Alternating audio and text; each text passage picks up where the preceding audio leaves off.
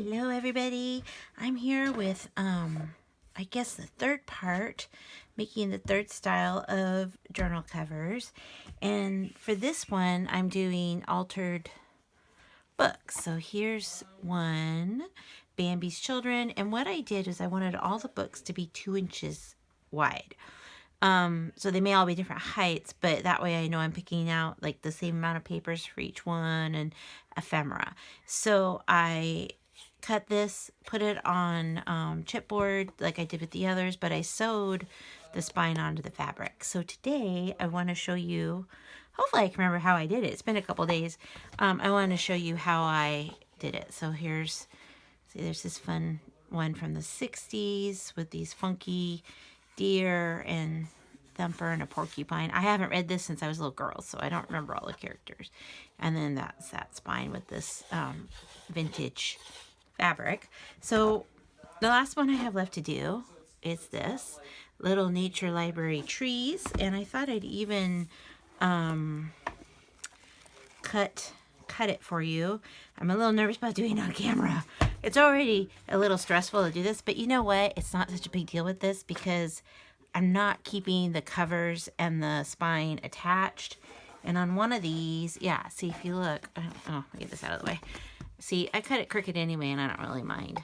I just think it kind of gives it character. I like things a little funky. Otherwise, you might as well just buy a mass-made item. You know, that's kind of what gives it a homemade, handmade, its charm. Oh, wow. Did you see that? That was like butter. Now can I do this side? Like butter. Oh my goodness, look at that. Oh my gosh. Almost. Not quite like butter, but not too shabby either. Oh, I love this. Returned May 6. Someone was playing library. My, oh, excuse me, guys. My mom's books from when she was growing up. She had brothers and sisters. Well, she had a brother and sisters. And my Aunt Sally, for a while there, was playing library. So all of their books had things like this in them, with like the little papers and everything. I remember Sally years later saying, I can't believe I wrote in all the books. But honestly, they were book club editions, so it's not like they grew up to be super valuable. And you know what? They had fun playing. Okay, so we got that part, and I'm going to set the book block aside and use these pictures and illustrations and book pages and stuff in the journals. So tuck that there, if it will fit. 12 journals takes up a lot of space. Oh, I forgot a straight edge. It's not totally necessary. Here we go. It's not totally necessary to have a straight edge. Matter of fact, I can't even do a straight line with a straight edge, if I'm being perfectly honest. But it is kind of, I don't know, comforting maybe. Trying to decide if I want to cut it. So this is the part that's like, I'm making a permanent change. Well, I guess I made a permanent change when I took out the book block. But here we go. You hear that? Not quite. Not quite. This is where I think it's, I need my scissors. Let's see here. I don't want to tear the book cloth.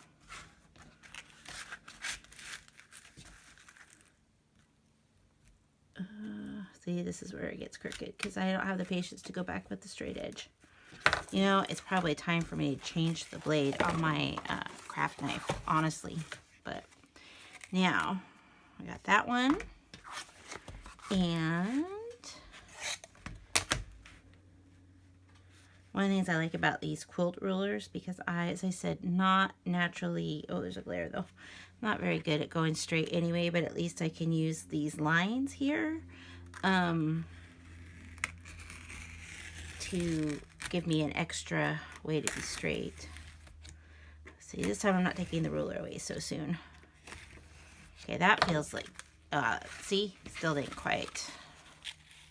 So take my Timmy Holt scissors, snip. Okay, so there is that. And let's see, will this part peel off? I'm trying to make sure I'm doing it where you can see. It's so easy, you know, you concentrate on what you're doing and you forget, oh, there's people trying to see what you're doing. And I'm still kind of new. This is only the third video I've made with this overhead setup. And I need to get, what I want to get is my laptop in here and do some screen mirroring, so I can see what you guys see. That would relieve some stress. Okay, so I'm going to set these aside for a minute because the next step needs to dry. And I don't really want to pause the video for that. So I have this fabric, which I bought some extra to put in my Etsy shop for fabric ribbon. I just got it. Isn't it sweet with the leaves? It just has a real pretty botanical nature woodland thing. Okay. So this, I already cut my spine and promptly lost it. Here it is. What I did for the books is they were pretty much all the same height. So I kind of just made all the spines the same. I cut them out of chipboard. In case you didn't see part 1 and 2. It's out of like 1/8 chipboard. This one I think is the back of an art book, like a sketchbook. And so I can kind of use that. I'm not worried about centering it. I'm just kind of getting it so, and I actually don't mind if the fabric's a little long. So what if it sticks out? I kind of like a, what do I want to say? A journal with bits and bobs and texture sticking out. Oh, I did that off camera. Sorry, guys. As I said, sometimes it can't be helped. So, let's see. I tore it. I put a little snip with my fabric scissors. I snipped it and then I just pulled it to tear it in case you've never done that before. And then this is going to be too wide. Trying to decide, where did I put? All right, we're gonna just see. This is actually gonna cover that whole spine.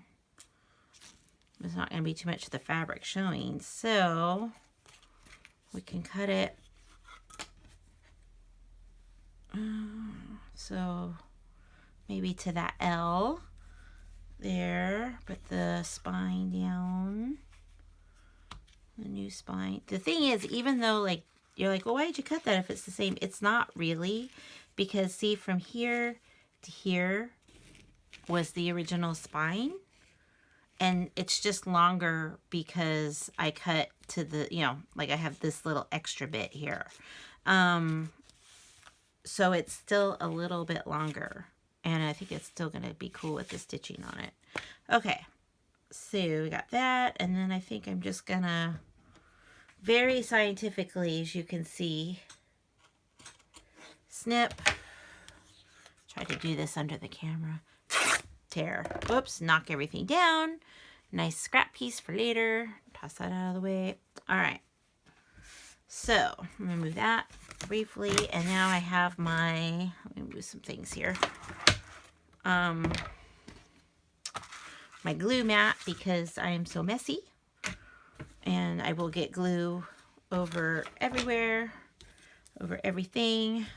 Might be about time to, you know, I have like one of those silicone ones, but this sure works well for me, and I think $1 is a very good price. I might go pick up another one. Okay, so I'm going to just kind of get a visualization of kind of where I want it. I can always trim these down if they're too long. This is the 4th one of these I've done. I saved the last one to do with you guys. And I'm going to be honest, not a single one of these has been centered. Perfectly centered. And I thought it would bother me that that's the case, and it has not. But if that's something that would bother you, I would definitely measure. But I don't know. I feel like by the time I'm done embellishing and having things sticking out of the journal and things sticking out of the top of the journal. Oh, by the way, I'm using Fabri-Tac glue in a Sugar Bell bottle, and I'm just spreading it on. Anyway, I just feel like that the fact that it's not perfectly centered is probably not going to matter. You know, sometimes when we're making our own things, and I've probably said this before, when you're making your own things and you're crafting, you tend to almost micro focus on stuff, and it's easy to forget that not everybody's going to see it the way that you see it. So as I said, just eyeballing it here, gluing it down. And I'm going to press it really good here because I want that glue. You know, you could use a bone folder. Because see, the glue is kind of oozing a little bit, but not too bad.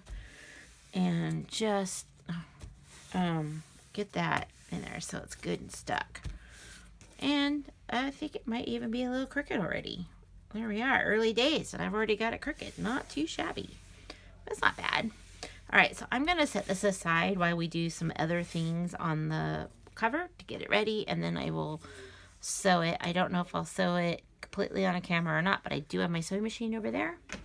Okay, so the next thing I need is my new chipboard spine and my covers, and I'm going to take my handy dandy scissors and trim away some of the, oh, look at that, it's just like falling off. It's kind of brittle, so, but these edges look okay, so I'm not going to worry about that. Okay, so that's that prep work. This part's going to be covered up by the fabric, so it doesn't have to be perfect, she said as she's fussing with it. Sometimes we just can't help ourselves. Okay, so next, looks like this is longer than the spine, so I need to trim it down. You know, it's okay. This is Tyvek. Sorry. I expect you guys to know everything and read my mind. This is Tyvek. I bought a package a while back, and I'll put a link below on Amazon, but you can reuse, you know, you can get envelopes. This was 8.5 by 11 sheets. And I will say it has lasted me a long time because one sheet is good usually for, you know, like 3 journals or something, if you're just using it for the spines. But you can also get Tyvek envelopes. Sometimes, you know, like people will send, like I've sent through my Etsy shop, not very often, it doesn't usually work out, but I do have the post office Tyvek envelopes. And occasionally I'll send out a package, and I'm always hoping that person getting it is reusing them for, you know, on their journals. I wouldn't recommend like ordering them from the post office website and using them for that, because you do sign a thing that says I'm only going to use this for mailing. But hey, you do you. I'm just saying, you know, some people would probably justify it by saying that their tax dollars paid for it, which I'm pretty sure they did. Okay, but that's not what I do. I just buy it. Plus, it's got printing on both sides, which for free is one thing, but I don't know. This is better because it's white. And Tyvek is a non-woven plasticky, it's not really plastic. What kind of material? I don't know. Tyvek is Tyvek. I think it is plastic, but it's got all these fibers in it, which make it really strong. And I like to use it. I use it on a lot of journal spines. I think between this and the fabric, it really adds to durability. And when you're doing this, rebuilding a spine, I feel like it just makes it like stiffer in a good way, like a good stiffer. Not like too stiff, but it just feels more sturdy. Now I like to use, this is a scrap of the same chipboard, and I like to have a groove. You know, you want to leave so it can open and close well, so you want to leave a little gap, a little channel or canal. Now I'll have to go back and slide it. It's gonna move, but I just like to have a ballpark of where to stick the glue. Still using 3-in-1. I think I've seen people use Aleene's tacky glue, and I don't know if people use art glitter glue for this. I just really, you know how I'm at that age where kind of like the first glue you started using with journal making is your favorite. I have art glitter glue, and I don't have a problem with it, but I'm a big fan of this, especially since I can get it at Joann Fabrics with a coupon. And I have to get art glitter glue from Amazon. Okay. Just pressing this down. Make sure it's good and glued and not sticking out past the... it's kind of white to show, so I don't really want it sticking out. And then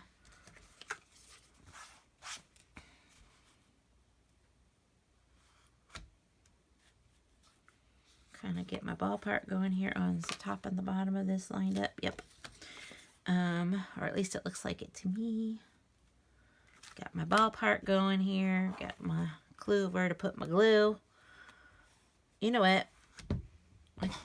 Let's turn this around. I am right-handed. This is easier if I do it this way. It's the simple things in life. Sometimes you just keep, you just think, oh, it's on that side. I got to do it okay. Do it that way. You can tell I'm filming this in the afternoon because I'm kind of rambling here. I'm hoping I'm making sense. My husband is on the phone right now with the insurance company. We're still working on closing the deal here with buying my parents' house and homeowners insurance because of the way we're buying it. When he tried talking to him last night, they're like, oh, no. You need people from the big office to help with it. So he's answering all of her questions and stuff right now. And he's a pacer on the phone. So if you hear his beautiful voice in the background or the person he's talking to, that's why he's kind of walking around. And I don't have a door to my craft room because it used to be my parents' TV room, and I don't know. We don't know what happened to the door to this room, but I'm actually okay with that because doors take up space on the inside of your room, and this room is much smaller than what I had before, and I really like it, and I've made some adjustments and stuff, and it's all good. But a door, I mean, I've got every inch of this room, like with storage and everything, and it's kind of nice not to have to worry about the door. But it also means I don't have a way to shut the door if it's noisy. But it's just my husband and I right now, though kitties are in the future when we get all settled and get everything unpacked and done getting the other house, which we're almost done with, getting the other house ready for my son and a couple other young adults. I shouldn't call them kids. They're all very adult, but I'm that age when, people in their 20s, and when it's your child, and, one of the other people living with him is someone I've known since she was born. They're still kids. I can't help it. And they'll probably be my age, and I'll still be calling them kids. All right, and then this is just muslin. I'm going to go over this when I attach the spine.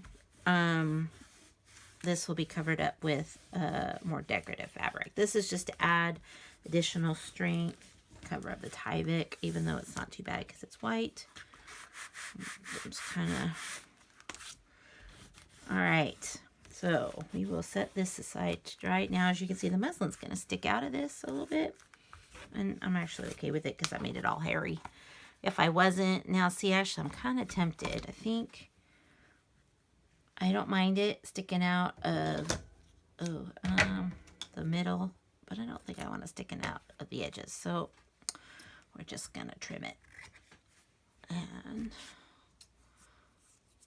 try not to cut myself as I wipe. Whew, I hope I'm in frame. I think I am. When I hooked up my phone, tried to line it up so the old washi tape things on my board here would work. Okay, so we got that, and now we're gonna set this aside for a moment, and oh boy, put my foot pedal down here. Oh, I've never filmed or done sewing. I hope this doesn't vibrate too much, because you know what, guys? This is, if it does, maybe I can figure out how to edit. I'll move my water. Oh, take a drink. Oh, I love ice cold water. Oh, so good. Okay, move that out of the way. Squeeze my arm and shoulder. So, alrighty. Now, I'm just going to use the taupe thread I have on here. Let's see. Oh, you probably see. Well, let me see. What do you see? Oh, that's not too bad. Of course, I'll probably be leaning over here and you can't see. But I will leave it anyway. Ooh, the machine's kind of far for me. Well, we'll give it a shot. What the heck? So I have it. I have a Brother sewing machine. And I have the, like the zigzag. I'm going to do zigzag. And the length or whatever. The length of the stitches is 2.5. And the depth or whatever is at about 2. Oh yeah, I think I can see fine. And I like to start at the bottom. And I don't think I am going to back stitch because I'm going to go over. Hold on, I got a little wrinkle. I'm going to go over the bottom, back over it. Plus, I'm going to be gluing this down. And so I'll make sure. Oh, this is straight. Well, should I do straight or should I go back with zigzag? Maybe I'll start the zigzag now and just have straight at the bottom. I wonder if I can remember to change. Well, let's find out. Let's see. Okay, we got that down. I forgot that the last thing I sewed, I started on journaling cards already for these journals. I wasn't feeling very, I don't know, creative, and I wanted something kind of mindless. And I had cut some things out and glued them down, so I stitched them. And I forgot I'd sew them with a straight stitch. But that's okay. Sometimes you just got to go with it. Oh, I got to lift up my needle because I got to go back to the zigzag. So I'm doing straight across the top and the bottom because, you know, mistakes were made. And zigzag on the sides. So that should be kind of fun. And then switch it back to straight. And call that good. And pull it out. And then I will show you guys. And I'm going to leave my strings because I'm not sure. I have a feeling I kind of dig stringy journals. But I also think that, I don't know. I got to wait and see how it feels at the end. And it's easier to cut them all off at the end than kind of be like, you can't really reattach them. And I like the texture. I think that came out cute. All right. So because this is 3-in-1, I'm going to glue it, but I'm going to smear it with my finger. You may want to like use a tool, like a Q-tip or whatever you use if you have like really nice manicures. My fingers are coffee dyed right now. So that's kind of, even though I've been like scrubbing, that's just kind of where I am today. Probably because I've been dyeing not just paper, but fabric to list in my store. Drying it outside.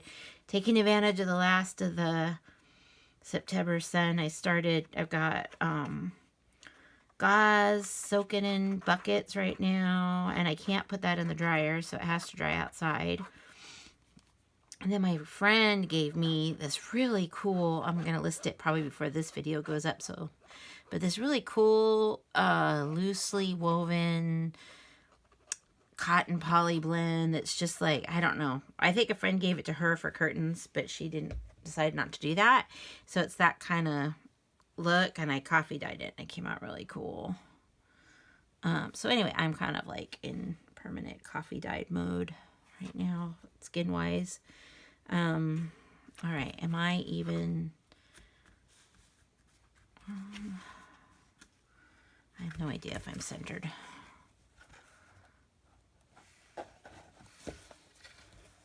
That looks not too bad.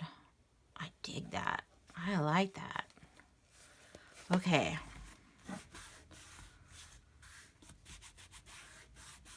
Yeah, all 4 of these books were slightly different widths. And as I said, there was this one and Bambi's Children, I think. Or maybe it was Bambi. I can't remember. There was one of them that I probably could have gotten away. It wouldn't have been that much too narrow, but I do like a thick journal. All right, next I'm going to glue. I should have refilled this. And this is going to be a little tight here.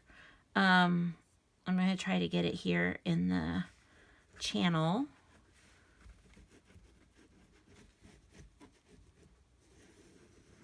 And use my handy dandy fingernail. You could use a bone folder or like a stylist or something. You know, whatever works for you. So there's that. I got that going. And now on this side, oh, I think this side's going to be easier. And I guess I'm not rotating it, though it certainly would be easier, wouldn't it, if I rotated it? I mean, what's the point of using a fancy mat if I don't rotate it? Oh, come on. Come on, glue, work with me here. There we go. Nice thing about these Sugar Bell bottles, even when it takes, you know, a bit of time, it doesn't take that much time. It just feels like it when you're on camera, in front of other people, and they're watching you. I can feel you watching me. Okay, so we're gonna get that. Just get that in there, and then glue that down. Now, I'm going to put the glue not on the fabric, but on the book. That kind of prevents, I don't know what you would call it, like kind of like glue staining or like the darker splotches. And you kind of want to spread it. And I'm going to take my finger and just kind of spread it a little bit more. And then just push it. This has got enough dark. This isn't too light that I don't think it's that much of an issue. And I wasn't 100%. Oh, I went past to the LC. I totally forgot about that. But you know what? I think I might be all right with that too. I could trim it, which I might do. But first I'm going to get this one. I didn't plan it for this, but all of these I've, almost all of them except for one where I did lace, I've added rickrack, and I'm just kind of digging it. There's something so charming about rickrack, and I just love that kind of vintagey, without being, I love lace, and I love old lace, but there's just something, like you get the nice trim effect, plus I'm using stuff that I have in my stash, which is always good. You know, I don't know, lace was not for these Woodland journals. I think some people could make lace look amazing with these Woodland journals, but I wasn't feeling it. Okay, do I sorry, I probably wasn't in frame there. I don't think, I'm just going to slide that down. Now, I need to go back on there. And how about here? So a little glue there. Okay. So a little bit more. We gotta wait for it. Wait. Yeah, it's like waiting for ketchup. Waiting for the Heinz ketchup. And because I care about you guys, I'm not gonna sing the song.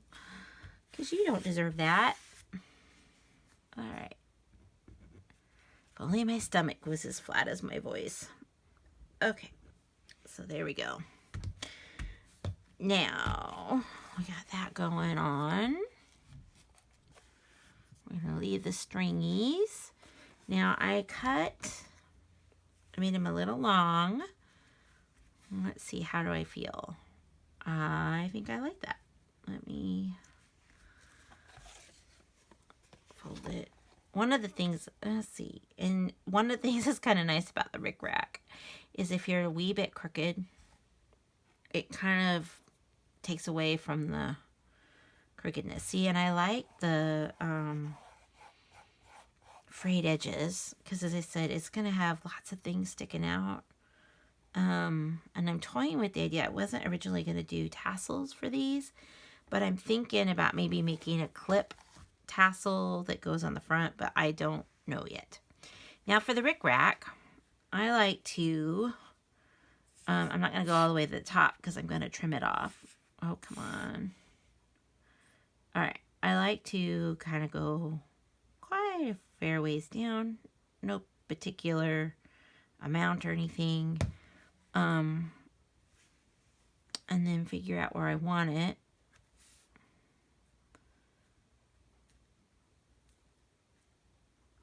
And press it down. And then, now that I've got that anchor and I don't have to hold on to it and have glue flipping all over the place, you know what I mean?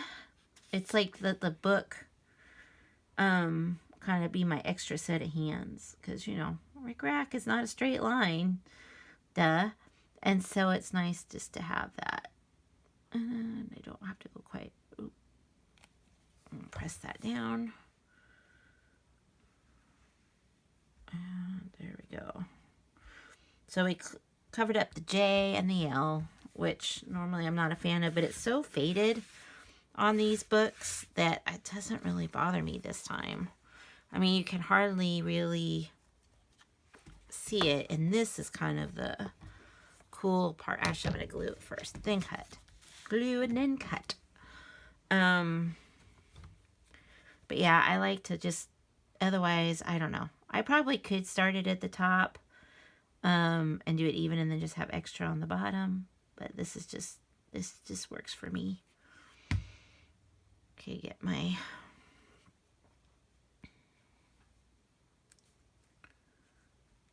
Alrighty. And on the, I don't know if you guys, whoops. On the Bambi covers that weren't like the funky ones, I have two. I only showed you one. I did a die cut that I colored with distress crayons, and then I sealed them with just a matte sealer, just like I did on the fabric ones. And I'm going to tell you, those distress crayons are really fun to play with.